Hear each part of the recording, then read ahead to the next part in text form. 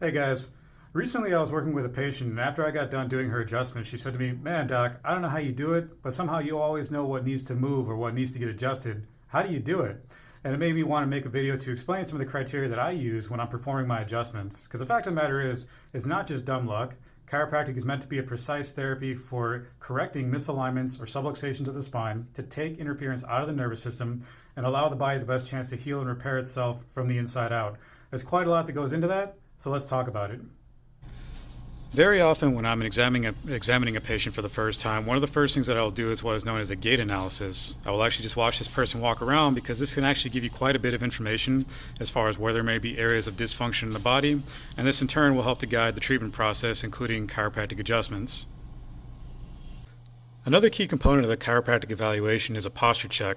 What we do here is we start from the ground up, checking to make sure that externally visible anatomical landmarks are in their proper position relative to one another.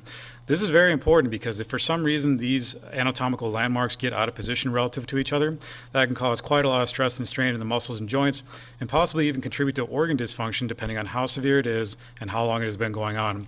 There are literally over 128 million different postural combinations, and we need to know which one you have so we can go about adjusting you correctly. Depending on your symptoms and your health history, it may also be necessary to take X-rays of your spine to get a sense of how we should or should not be adjusting you. This again helps to guide the adjustment process and make sure we're getting the best possible results. That's not good. We got to be very careful with that.